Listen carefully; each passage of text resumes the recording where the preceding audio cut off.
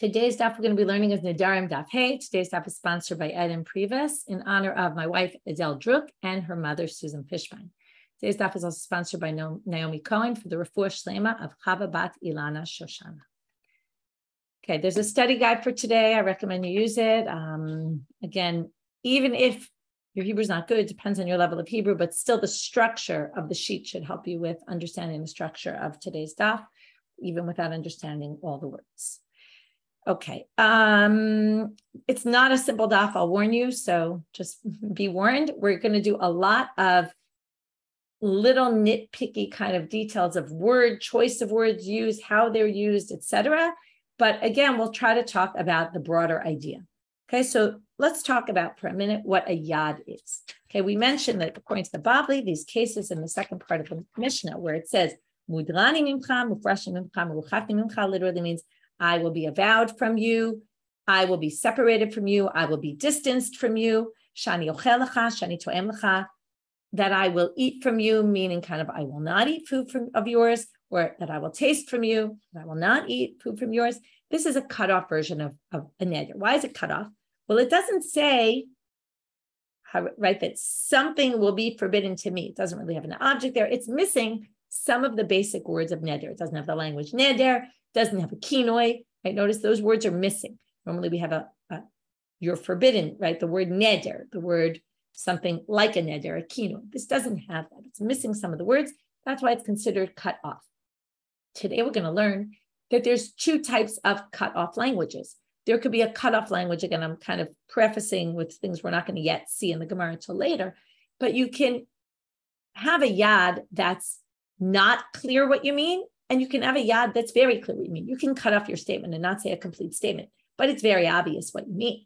You can also have a cut off statement that it's not so clear really what you mean. And then there's going to be within yad, where everyone agrees yadot, nedarim are like nedarim, but maybe that only means the yad, maybe that only means the yad that is clear what it means rather than the yad that's not clear. Okay, so we'll get back to this issue, but I wanted you to get the concept above everything here. So what we had was yesterday, in the previous daf, Shmuel came along and said, Bikulan ad shiomar shani ochel lecha shani to'em lecha. So even though the Mishna seemed like it was giving 5 cases, mudrani, frashni, meruchakni, shani ochel lecha, shani to'em lecha, it sounded like 5 cases, and each one on its own would be a vow, came Shmuel and he limited. And the way we understood him limiting it was, well, if you say the word mudrani, mimcha, that phrase, it's not enough unless you also add to it one of the two, right? There's 3 and then there's 2, one of the 2. You need a combo, okay? You have to take one of these, and that goes together. It's just by itself, it doesn't work. So now the Gemara had some issues with that. They said, what do you mean? These other Brightot said these versions that seem to say 1, 2, and 3 are forbidden, 4 and 5 are forbidden. Some had the opposite order. And it seemed to really be clear that each one on its own is forbidden. So Shmuel can't really be explaining the Mishnah in that way. To which the Gemara said, okay, let's try a different option, starting from 3 lines at the bottom of Daf Daled Amud Bet. Ela Amar Shmuel, Tama da Amal Shani Ochal Lecha, Shani To'em Lecha, Hu da Asur v'Chavero Mutal. We're now going to say, I'm mid-sentence, so we haven't said anything yet, but we're going to start with saying, yes, it's true that Shmuel says you have to have one from the top line and one from the second line, put them together, but not that you have to. We're going to change it a little. It's just, it's going to be different if you only say mudrani mimcha, mufrashim mimcha, muchakni mimcha. Then if you say, I'm just going to take mudrani mimcha as the example, but it means it would be true for any of the 3. But that's different. Okay, there's one category, which is mudrani mimcha by itself. And then there's a different category, mudrani mimcha shani ochel lecha. Now, what's the difference? So again, starting with what we just read. If you say mudrani mimcha shani ochel lecha, then it's very clear what the direction is here. Mudrani mimcha, I will be avowed from you that I will not eat from you, meaning I am forbidden to you, but you are not forbidden to me. You can eat my food, and that's clear. Now, no one even thought otherwise, but all of a sudden, according to this explanation of Shmuel, we're going to suggest otherwise. Avalamal mudrani hemach. Now they change hemach and mimcha, but it really seems to be one and the same, hemach or mimcha. If you say mudrani hemach lechude, you just say mudrani hemach or mudrani mimcha, shne or mufrashni mimcha or ruchani mimcha without the added shani ochel lecha, shnehem asurim. What you mean to say is we're going in both directions. When I say mudrani mimcha, even though the simple reading would be I am separating myself from you, right? I will be forbidden to all your stuff. Actually, you're really saying both directions. And only if you add the words that I will not eat from you, or what I will eat from you, which basically means that I will not eat from you, then right there it's very clear, me from you. If you say mudrani mimcha, it could mean both directions. Now, there's a bit of a problem with this that the Gemara is not going to raise. The Gemara is going to raise it.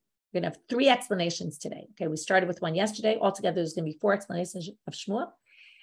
We're going to have 3 today. In the end, we're going to question the next one with this question, which I'm already going to raise here because it's important to understand. Shmuel seemed to be limiting, right? He seemed to be saying it only works if you add the words imochalcha. In this explanation, though, Shmuel's actually saying if you add the words shani ochalcha to mudrani mimcha, it'll actually go in only one direction. But if you say it by itself, it'll be more, right? More encompassing. And that's not really the language that Shmuel used, because he said, bikulan ad sheyomal, until you say, almost like it won't be a problem unless you say shani ochalecha. So to reinterpret Shmuel like this is a bit problematic. The Gemara is going to raise different questions. Instead, it could have theoretically raised that as a question as well. The language of Shmuel doesn't really match this explanation, because Shmuel seemed to be saying, again, this is, and you have to understand, this is the concept. Shmuel saying, we thought Shmuel originally, and the language of Shmuel seems to be saying he's limiting. Mudrani is not really going to work unless you add shani ochalecha. In this case, he's actually saying mudrani is much stronger because it's going to go in both directions. Now, how does he get this? So the Ran tries to explain. The Ran says, if you look at the top Ran on the page, okay, why would it go in both directions? If I say, again, this is going to be very nitpicky, okay, and one can maybe argue, but these are, you have to remember, this is all called havamina, hypothetical, theoretical. They're trying to get to what maybe Shmuel was saying. In the end, they're going to reject it. Okay, you can see he himself is struggling. It seems to me, okay, because it's not really clear. Dahainu Tama, the reason why he thinks mudrani hemach would be both directions, demashma muda ani unechasai mimech uminechasai. Muda ani, mudrani means me and my property. What they seem to be saying is, I won't benefit from you, and my property won't benefit from you. Now, the Ran continues to say, I'm not going to read this on set, but he basically says, is there such a thing that you could say my property can't benefit from you? My property is not a person that there's benefit. A property doesn't benefit from anything. So one could say maybe in some way you could say, but what he's basically saying is if I say my property can't benefit from you, there's no such thing. What it really means is you can't benefit from my property, because there is no such thing as property having benefit. People gain benefit. Property doesn't gain benefit. And therefore, what he assumes is the word mudrani, which means I will be avowed, means me and my property will be avowed. From you means from you and your property. And then it's going to have to go in both directions, because there's no such thing as my property benefiting from you or your property benefiting from me. And therefore, it must be two directional. So, second interpretation of Shmuel, again, even though I raised a difficulty, which the Gemara is not going to raise, the Gemara is going to raise a different difficulty, but it will be the difficulty they're going to raise next, is this seems to be implying the mudrani mimcha by itself is actually more far-reaching, because it goes in both directions. It not only is effective to forbid me to benefit from you, it's also forbidding you to benefit from me. Whereas if I add the words, I say mudrani mimcha shani ochelecha, what I will eat from you, then it's clear it's only me. I can't benefit, but you can, because I said I will eat from you. So now they're going to say, and in fact, we have someone else who says this as well, and that will be a support for Shmuel. Rabbi Yehuda, as Rabbi Yehuda says, mudrani hemach shnehem asurim.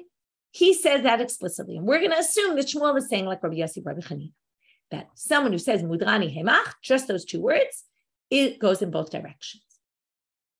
Now the Gemara starts raising questions from a Mishna later on in our Masechet on Daf Mem Zayin. Tanan, it says in the Mishna, Hareini alecha cherem. I will be for you cherem. Hamudar asur aval madir lo. So that means I will be for you cherem. That means you will be forbidden to me. You can't benefit from me, but I can benefit from you. Okay, madir. Because I said, you will be a cherem, right? Hareini, sorry. I will be to you a cherem. That means you can't benefit from me. But it doesn't go in both directions. Now, if we say hareini, me includes just like mudrani, which is mudrani, by the way, is in Aramaic. This happens a lot where letters drop. We put two words together and we drop like an aleph, for example. So mudar ani is said like in a shorter form as mudrani. So mudrani means mudar ani. I am avowed. So that's just the same as saying hareini, I am, which means me and my property. And again, my property can't be forbidden, right? And alecha, on you and your property.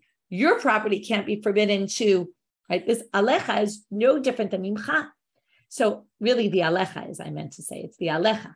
Alecha on you, you and your property will be cherem, right? It's hareini alecha. I will be for you and for your property cherem, that you can't benefit from me and your property can't benefit from me. There's no such thing as your property not benefiting from me, and therefore it must mean I can't benefit from your property.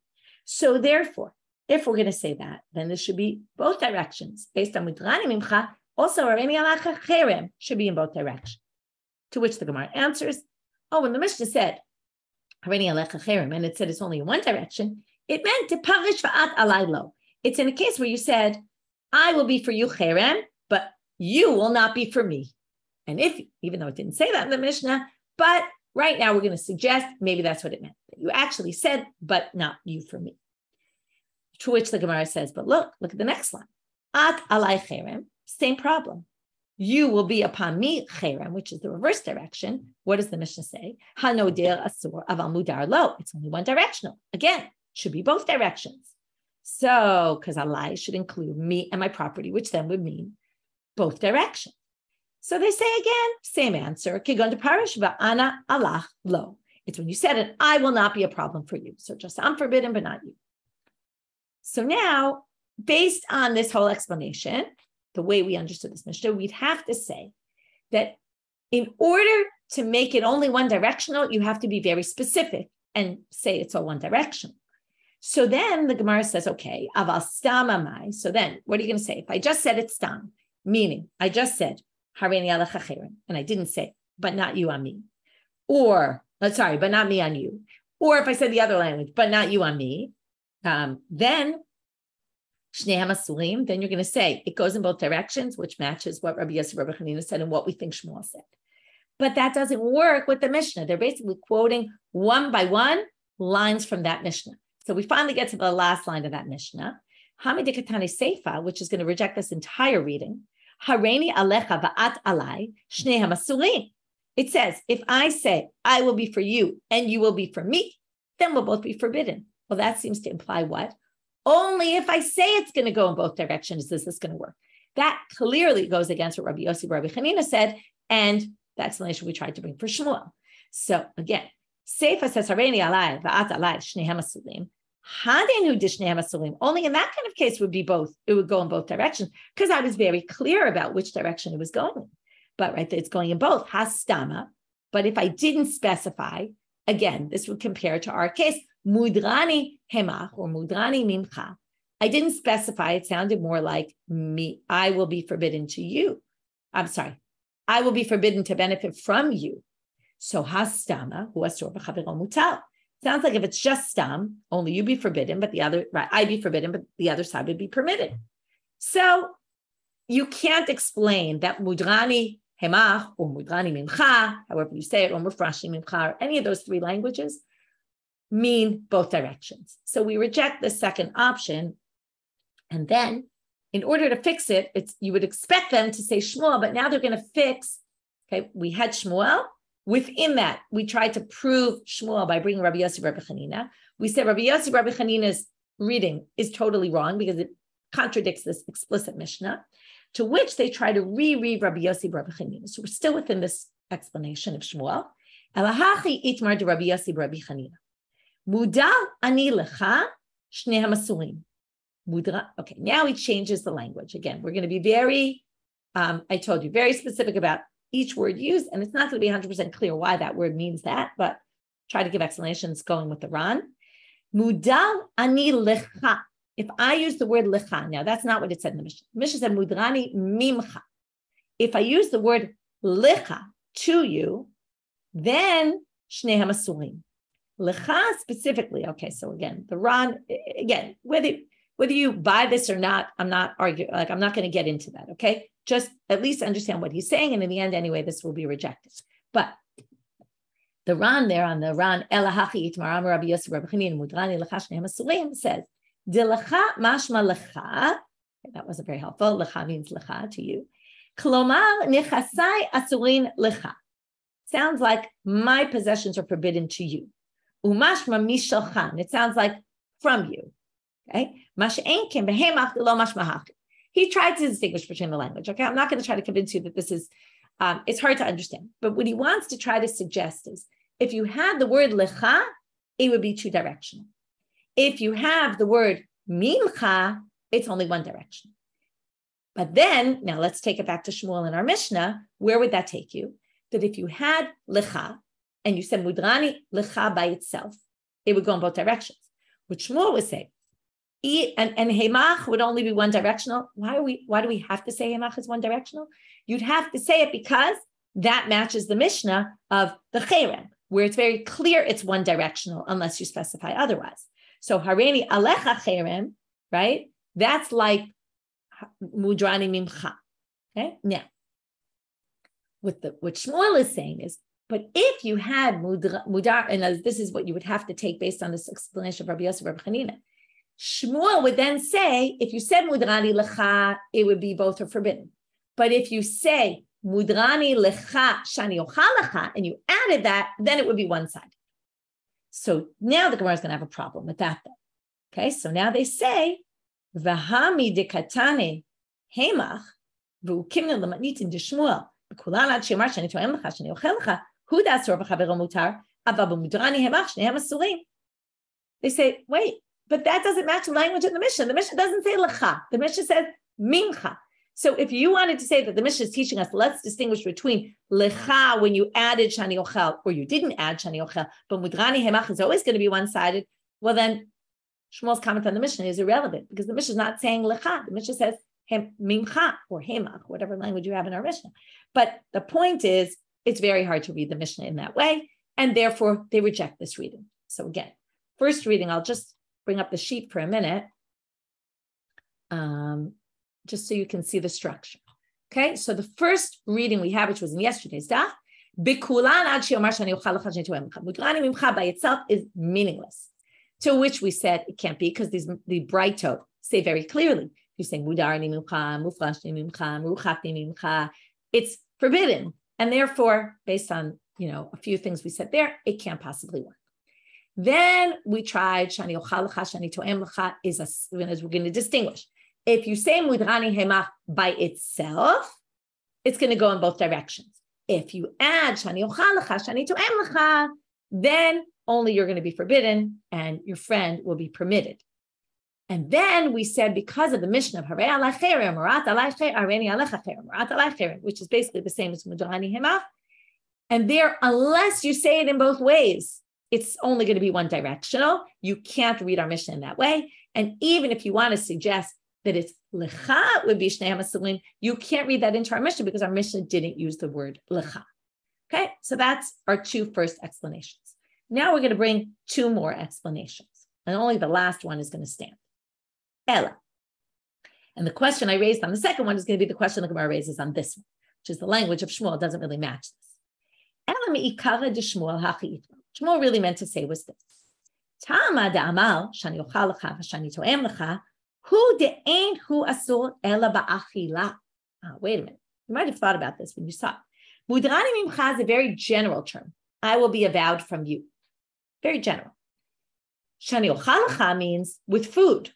So if you add the word shani ochal lecha, then you're basically forbidding food. I can't eat your food. But hamudrani mimcha asur afilu b'hana'ah.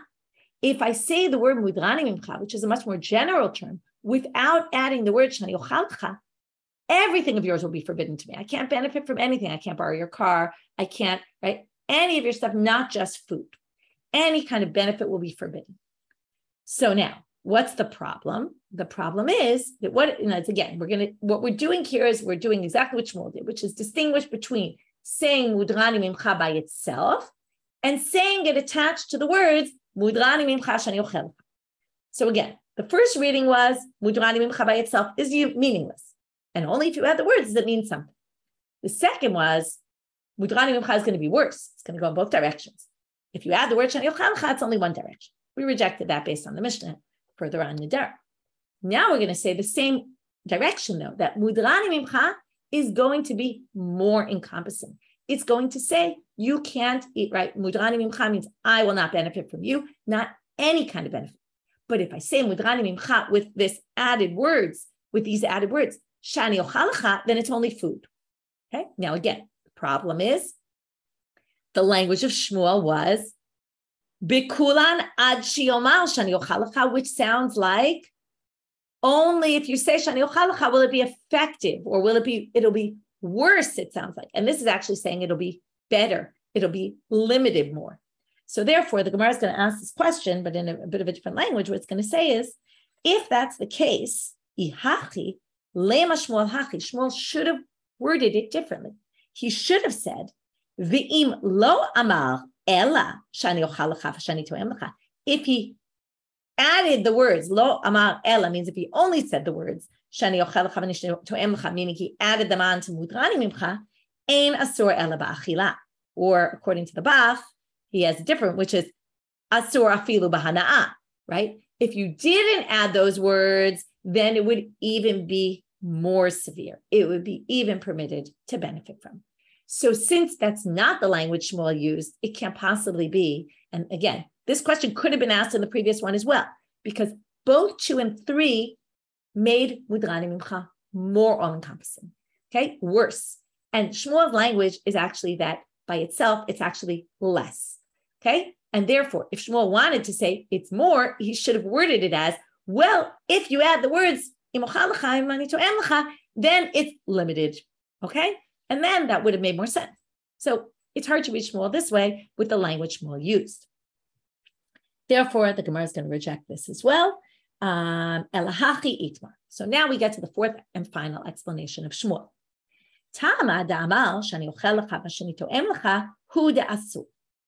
Okay, again, this is back to square one, the option one. It's really only because you use the words shani ochelcha, shani to'em lecha.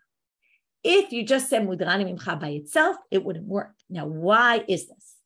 Aval amar mudrani hemach lo mashma de amar asur. Okay, basically, first they're just saying it. We don't yet know why.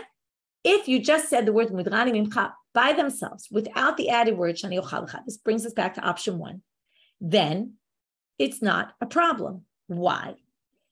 My taima, muda adi mimcha could be explained as, if I say, I will be avowed to you, or from you, really is the explanation. Lo mishti'ina b'hadach mashma.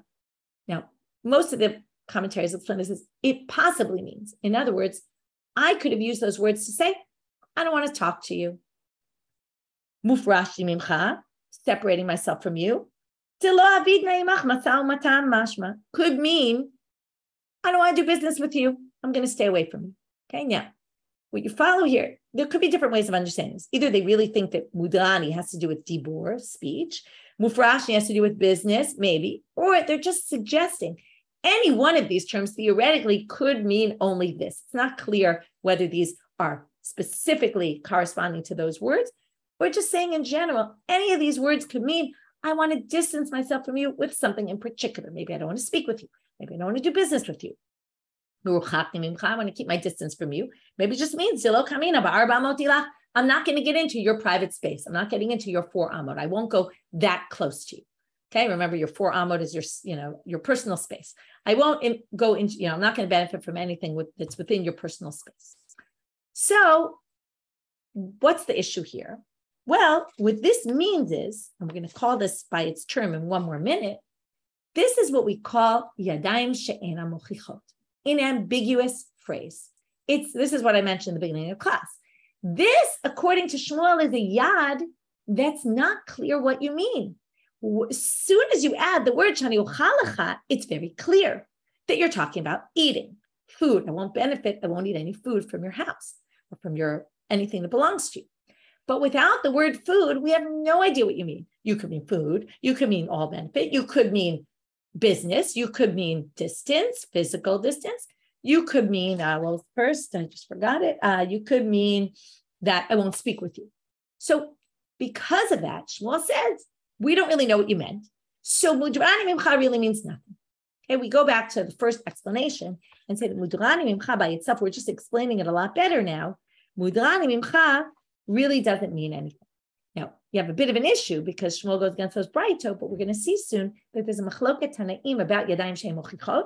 And basically, you could just say Shmuel doesn't hold by those brightot because those brightot hold by a different opinion. So now, the Gemara is going to actually question a little bit of this explanation of Shmuel. Turning now to Amabet, lema kasav Shmuel yadayim she'en mochichot lo havin yadayim. So the Gemara immediately puts it into the terminology that I already did for you, which is, call it what it is. It's right, call a spade a spade. This is yadayim she'en mochichot. So wait a minute. You're saying that Shmuel thinks yadayim she'en mochichot are not yadayim? Now, this sounds very surprising to them. You'll see in a minute why it's surprising. Because there's a machloket between Rabbi Yehuda and the rabbis hold the yadayim she'en mochichot count. Okay, they don't actually hold it in our case, in neder. They hold it in a different case. But generally, we hold by the majority and not by a minority. But which the Gemara says, yeah, what's your problem with it? Yes. Shmuel mokim l'adamanitin Rabbi Yehuda da'amar yadayim she'en mochichot lo havin yadayim. Yes, in fact, it's not the biggest deal. It's true. Normally, we hold by the rabbis, but Shmuel has someone to rely on. Shmuel holds like Rabbi Yehuda. He holds by an individual, which is fine. That happens sometimes. He holds by an individual opinion, which we're going to see from gitin, from get, divorce law, that yadayim, if you have now, it's not exactly a yad, it's just language that's unclear, ambiguous language, is not considered yadayim. Now we have to learn the sugya in gitin. It's not. As it says in the Mishna in gitin, daf pehei, gufo shel get. This is what you're supposed to write in a get. Like the main important part of a get is that to have the words in it. Harei at muteret l'chol adam. Basically, you're permitted to anybody. Rabbi Yehuda omer. Rabbi Yehuda disagrees. He says that's not clear enough. Okay, we'll talk about it in a minute. Why not? V'dein dehave l'chim minai sefer teruchin v'igeret shivukim. It has to say in the get, this document will be for you, okay, from me. We're gonna see that right now. We're gonna understand the sugya the way it's understood in gitin. At the end of today's talk, we're gonna understand a little bit differently the way our sugya seems to understand the machloka between them. But right now, we're gonna go by what it says in gitin there, which is the issue here is that it has to say this will be for you from me, a sefer teruchin, a book of separation, v'igeret shivukim, and a letter that basically has you leave, okay, has us sever our relationship. And why is that? Because the Torah says you need a sefer kritu. According to Rabbi Yehuda, if it's not clear that it's the book, that it's what's written is separating you, if you just write, harei muteret l'chol adam, it could be that what did you do? You went to your wife and you said, I'm divorcing you. And you gave her a document that basically documented what you did. So it's writing down, yes, you're now permitted to everyone because I divorced you with words. Now you can't divorce with words. You have to divorce with a document. That's what the Torah says. You need to give her a sefer kritu. It's the book. It's the written word. It's not a book, but it's a piece of parchment that separates the two. So it has to say on that piece of paper, this is what's separating between us. Without that, Rabbi Yehuda says it's not so clear. The rabbis say, of course it's clear. Everybody knows it's the get that's separating. It's very, or really what they're saying is, it doesn't matter if it's not clear. It's a yad she'en mochiach is clear enough, basically. Okay? It's ambiguous, but it's not that ambiguous. You know, we're not really worried about ambiguous things because we basically understand what they mean. Just like mudrani mimcha, maybe you mean I'm not going to talk to you, but probably you mean I don't want to eat from you or benefit from you. So that's the machloket here. And Shmuel is holding like Rabbi Yehuda. To which the Gemara asks, Why would Shmuel, this is what I go back to what I said before. Why would Shmuel, first of all, understand the Mishnah not in its simple reading? The simple reading was case 1, 2, 3, 4, and 5 are all problematic, as opposed to saying 1 plus 4 would be problematic, or 2 plus 4 would be problematic, or 1 plus 5 would be problematic, right? It's definitely not the simple reading of the Mishnah. And number 2, he's going by a unique opinion, not by the majority. We always follow majority. Why wouldn't he all like the rabbis?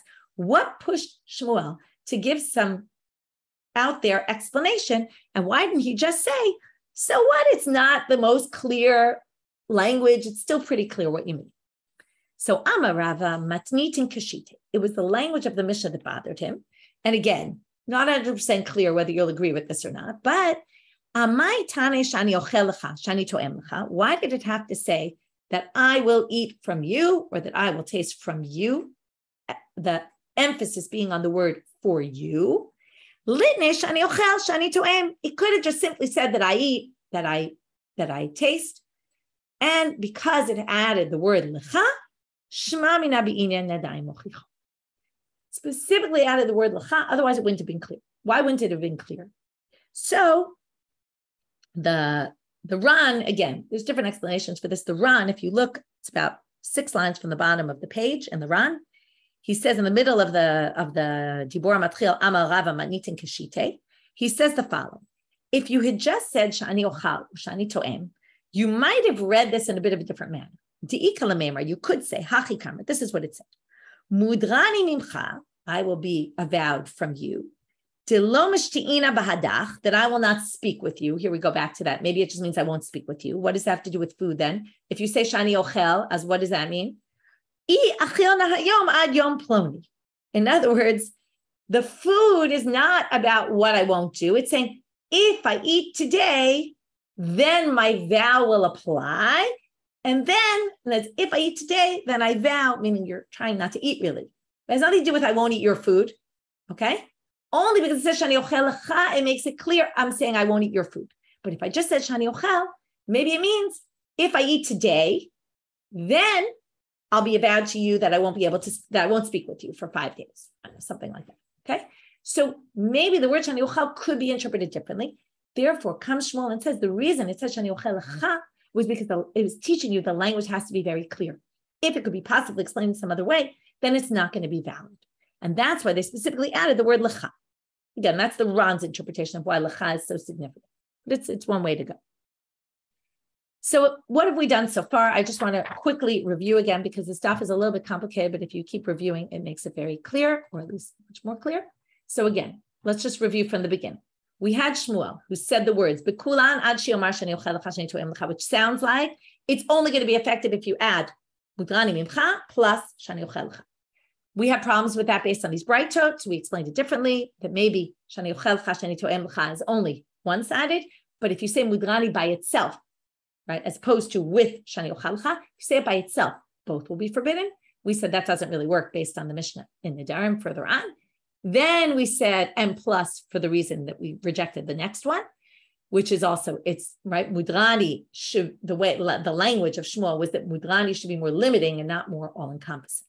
Then we had Shani Ochel Lecha, Shani Toem Lecha. If you add those words, then you know it's only forbidden to eat. If it's Mudrani Mimcha, it's forbidden any kind of benefit. Again, we had the problem. It doesn't make it, again, this is where we had the problem. It doesn't match the language of Shmuel, which seemed to be limiting it. Mudrani would be less than and not more than. And therefore, we came to the conclusion that we explained it the first way, but explained it better, which is if you say Shani Ochel Lecha, Shani Toem Lecha, then it would be forbidden. Mudrani Hemach is an unclear language. It's a yad she'eno muchach. See, someone asked about yadot and yadayim. It's really one and the same. So it's called yadayim she'ena mochichot. And it's unclear language. It's unclear language. It's not effective. That is only one side of a two-way machloket between the rabbis and Rabbi Yehuda that you see as appears in get. Right now, we're assuming it's exactly the same thing by get and by us. Okay, in a minute or two, we're going to actually raise some questions on it. But right now, we're assuming it's the same machloket, and then go back to our Braita, which raised a problem in case number 1 on Shmuel. Don't worry about that Braita. You could say that Braita is the rabbis that think mudar ani mimcha is effective, and Shmuel thinks it's not effective like Rabbi Yehuda because it's a yad she'eno muchach. Okay, that's what we've done so far. Now, the Gemara brings that not only is it the Shmuel said this, a yad she'eino muchach is not a yad, or is not effective. Also, there's a machloket Rava and Abaye on this exact topic. So Shmuel, first generation Amoraim, Rava and Abaye, fourth generation. So a few generations later, we have a famous debate. Itma, yadayim she'ein mochichot, specifically about this issue. Abaye amar havyin yadayim, Rava amar lo havyin yadayim. I want to just point out one specific thing, which is Shmuel, it's not clear that's what he said. The Gemara assumes that's what Shmuel said because they couldn't understand Shmuel in any other way. Here we have it explicitly stated that this is the debate between Rava and Abaye. So Abaye says yadayim she'ein mochichot are effective, seemingly holding like the rabbis, which we'll talk about that in a minute. And Rava says lo havyin yadayim, they're not, seemingly holding like Shmuel and like Rabbi Yehuda. So Amar Rav is now going to explain why he holds this way. We're not going to have Abaye's explanation, only Rabbis. Rabbi Idi Esberali, he explained to me, Amar Krat, Nazir lahazir laHashem. We already darshan this pasuk, right? That this teaches you that yadot nizirut are like nizirut, right? That if you take on nizirut with a yad, with a cut off language, it will be effective. Well, he says like this: since we learn yadot nizirut from nizirut, makish yadot nizirut lenizirut, we're going to assume the yad of a nazir is just like a regular nizirut. What does that mean? Well, whatever criteria are true for a nazir and taking upon yourself nizirut in a normal manner are going to be true for a yad. What does that mean? Ma nizirut b'hafla'ah, af yadot nizirut b'hafla'ah. Nizirut has to be with an expression. Hafla'ah means an expression, but a clear expression. The famous example is if we have a bet and I say, if I'm right, then you'll be a nazir. And if you're right, I'll be a nazir. No one's a nazir because that's not hafla'ah. It has to be an expression that's clear what I mean. And here, it wasn't clear that any of us were going to be a nazir, right? It has to be, I'm taking it upon myself knowingly and in a very clear manner. So just like nizirut is b'hafla, af yadot nizirut is b'hafla. And here, it's not clear. It's a yad she'eino muchach. And obviously, nizirut and nedarim are all the same. So the yad has to be a yad that's clear. So that's why I said in the beginning of class, we're going to distinguish between a cut-off language where it's clear what you mean and a cut-off language where it's not clear what you mean. Again, machloket about the cut-off language. It's not clear. Some people say it is effective anyway. Some people say it's not. So now they're going to say, like we assume they're going to say, Lema b'plugta to Rabbi Yehuda v'Rabbanan kamiflage. Sounds like Rava and Abaye, each side on a different side of this Tanaitic debate. It's always nice when you can take Amoraim were disagreeing and say they're arguing about the same thing the Tanaim were disagreeing about. It's not. Gufo shel get harei mutar l'chol adam. Rabbi Yehuda omer v'din dahav l'chiminaychu sefer taruchim v'get piturin v'igeret shibuchim. If you notice, they add these words in this version. It also has the words v'get piturin. It all means the same thing, right? That this document is the document that's separating, as opposed to just saying simply, you're permitted in the document. Abaye damar ke Rabbanan, Rava damar ke Rabbi Yehuda. So it seems simple. Abaye, who says it's effective in unclear language, would say harei mutar l'kol adam is sufficient. And Rava would say it's not, just like Rabbi Yehuda says it doesn't work. But here we're going to start distinguishing and saying get is not the same as neder, and you might not be able to compare them in both directions. So Amar l'cha Abaye, Ana da Amar afilu l'Rabbi Yehuda. Abaye says, you think I hold like the rabbis, the yad she'eino muchach is a yad and get she'eino muchach is a get? No. I can explain myself. Now, by the way, this isn't Abaye speaking. Amar l'cha always means we're putting words in his mouth. We're going to say as if we're Abaye. Abaye could theoretically say that he holds like Rabbi Yehuda, meaning that it doesn't break down in Abaye like the rabbis, Rava like Rabbi Yehuda. He could say, "Afilu l'Rabbi Yehuda, ad kam lo kam Rabbi Yehuda b'yayin yadayim mochichot ela gabe get debi'inan kritut beleka." Get, it says you need a sefer kritut. That means a book or a piece of parchment that separates. If you just write in it, that doesn't separate between us. But right, it's not clear that it's the get that's separating. But in other cases, in a neder, who says that that's the case? It's not like there's a special way a neder has to be made. As long as it's pretty clear and it's kind of clear what you mean, that might be effective for a neder. Get has its own criteria. Rava, now in Rava, we're going to all of a sudden understand things a little differently. We thought the big machloket, and in Gitin, that really is the main focus of the machloket, is about whether it has to be written that this get is affecting the get because it's, right, this get is affecting because of sefer kritut. Now we're going to actually see it a little bit from a different perspective. Rava Amar, Ana de Amra afilu the Rabbanit. Now Rava, who says Yadayim she'ein mochichot doesn't work here, could still explain by get that it's enough to say avowed mutar l'chol adam. Why? His issue is the wording. What does Rabbi Yehuda say? Din dahavu lechi minai. He's focusing on these words. For you, from me. Avowed mutar l'chol adam doesn't focus on the husband saying, I am, right? You'll now be permitted to everyone else because I'm divorcing you, right? But if you say the words, Din dahavu lechi minai, this get will be from me to you, it's very clear I am divorcing you. So now comes Rava, very obviously, and he says the following. In Neder, you need to be very clear because otherwise we don't know. Maybe you just mean, I don't want to speak with you, or I don't want to get close to you physically, right? Or whatever, I don't want to do business with you. And then we don't know what you mean. But in get, what else could you possibly mean? Okay, he says, they say you could say because what? No man can come along and divorce someone else. So if he doesn't need the word to you from me, it's obvious. It's from me to you. We were married. Who else am I divorcing? Aval ba'alma. But in a case where it's not clear really what you mean when you're taking a neder, mishamalu, right? Maybe rabbis would agree that you need to be more specific.